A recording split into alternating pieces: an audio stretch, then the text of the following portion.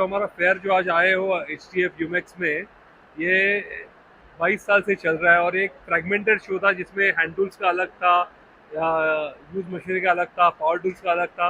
हमने एक इंटीग्रेट करके एक ही फेयर किया जो मार्केट को पता चले ये सबसे बड़ा इक्विपमेंट फेयर है, मशीन टूल्स का फेयर है। इसके लिए हमने उसको टूल्स एंड इक्विपमेंट्स करके नाम देके ये फेयर बनाया। सो मार्केट में क्लैरिटी रही ये शो में क्या हो रहा है, जिससे एक इंडस्ट्री जो जिस दिशा में जा रही है वो शो दर्शा सके। That is the entire reason why हमने ये tools and equipment show launch किया।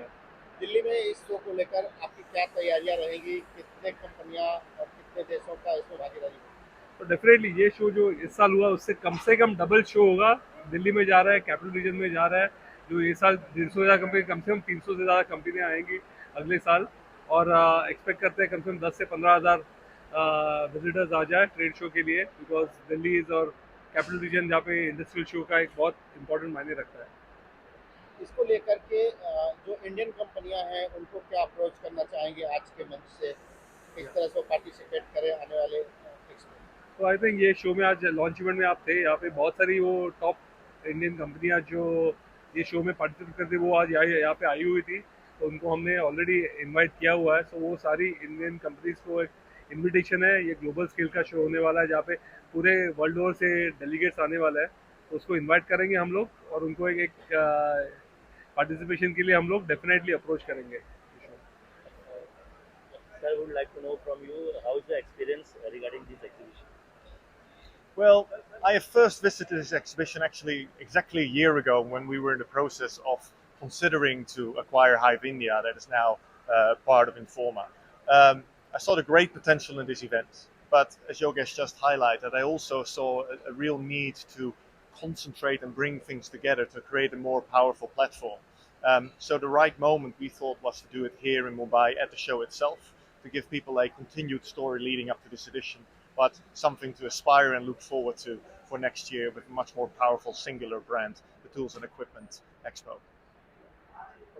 ठीक है सर। ये जैसे भी सबने अपने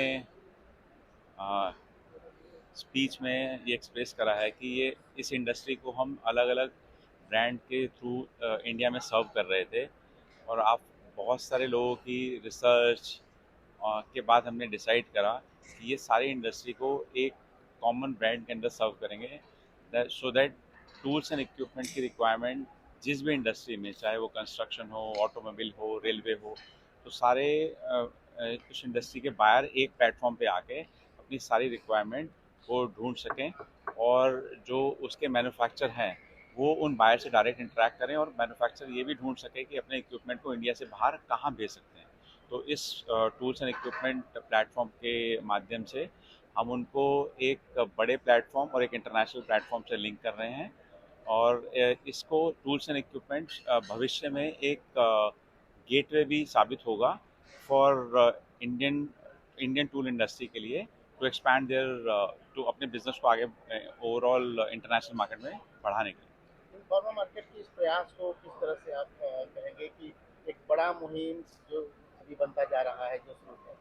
ये इन्फॉर्मा मार्केट ने इस ब्रांड को लॉन्च करने से पहले बहुत गहन रिसर्च करी, बहुत सारे लोगों से एक एक करके बात करी, उनकी जो ज़रूरतें हैं उनको समझा और वह एक एग्जीबिशन और इवेंट से क्या चाहते हैं उन सबको रिसर्च करने के बाद ये डिसाइड करा गया किस तरह का प्लेटफॉर्म किस जगह पे किस समय अनाउंस करना है। तो इन सब रिसर्च के बाद ही इस इवेंट को दुनिया के सामने लाया गया।